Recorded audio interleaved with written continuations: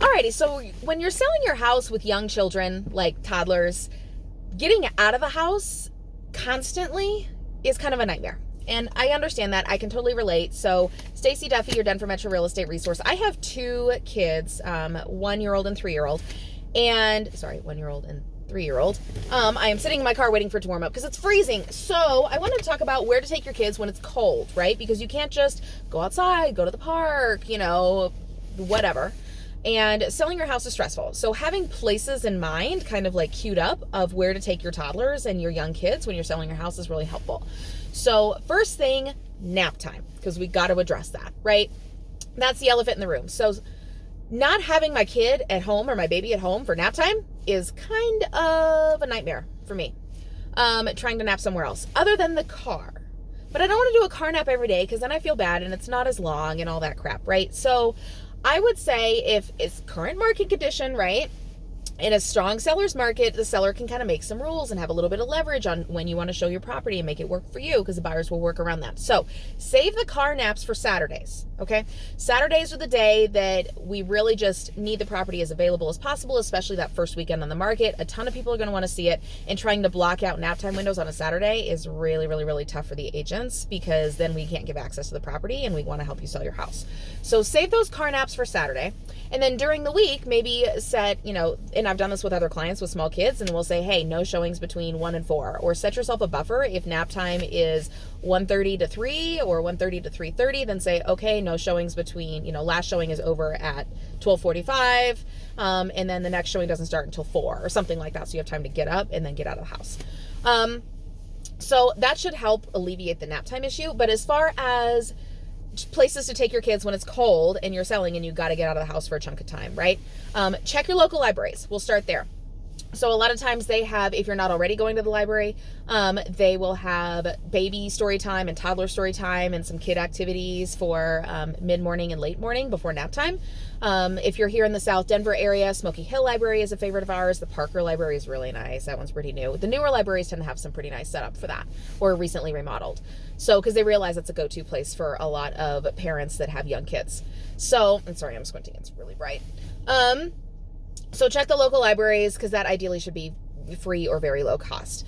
Reach out to your parent tribe, right? If you know stay-at-home moms, stay-at-home dads, stay-at-home parents, and schedule some play dates and be like, hey, my 4-year-old's in pre-K in the morning. I got that covered from this time to this time. The logistical nightmare in the process of selling is really stressful. So have a couple backup plans. Be like, are there a couple days that I can plan on just coming over to your house? I don't, I don't need you to entertain me. I just need a place to go and take my kid that is kid friendly or baby safe, because that's the challenge, right?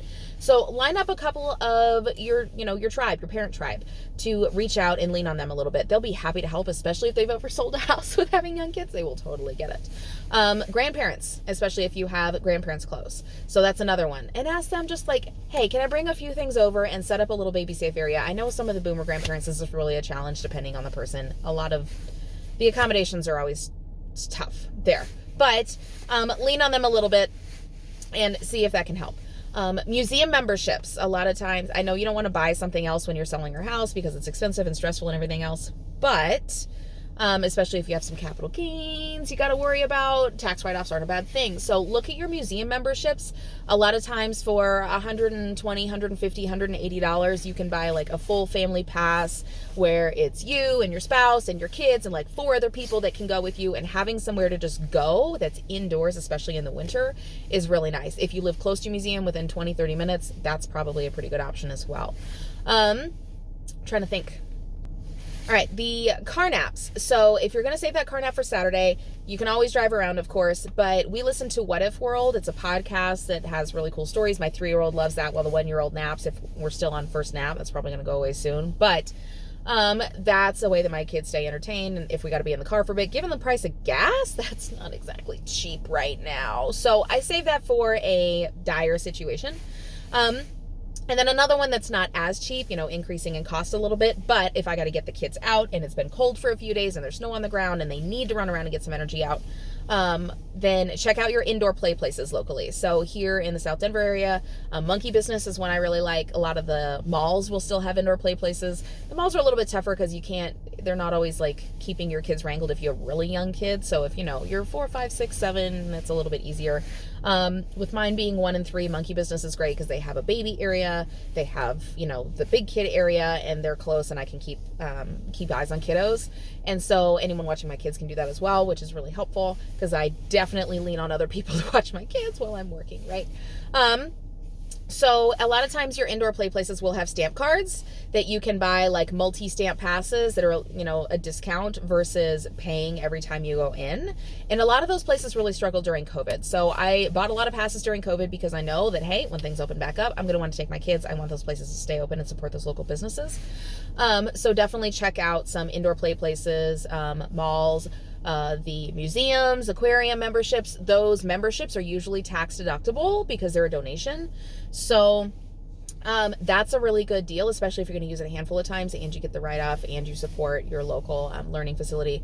So just a few options for when it's really cold and you're selling your house and you have young kids and you got to take them places and you're like, great, I get to be out of the house all the time. Go ahead and pack the car, and my car is full of crap as always, but that's realtor life. So, have your car basket that has all your kid essentials. That way, if you're running out the door for a showing and you don't bring the diaper bag and you didn't restock it because you just went to Costco and like, oh crap, I didn't unpack it and redo it. Anyway, I've been there, right?